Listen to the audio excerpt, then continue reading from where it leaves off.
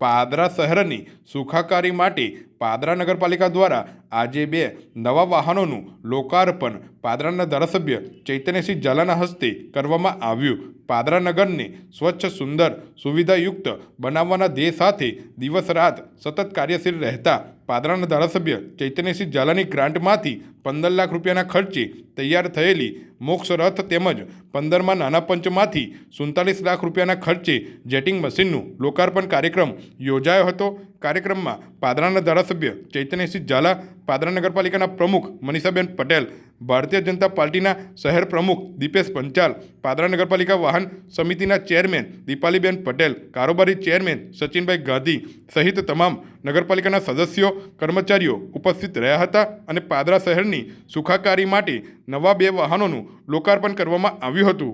આજે પાદરા નગરપાલિકા દ્વારા 2 વાહનોના લોકાર્પણનો કાર્યક્રમ રાખ્યો હતો,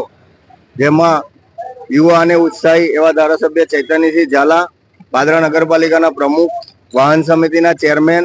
દીપાલીબેન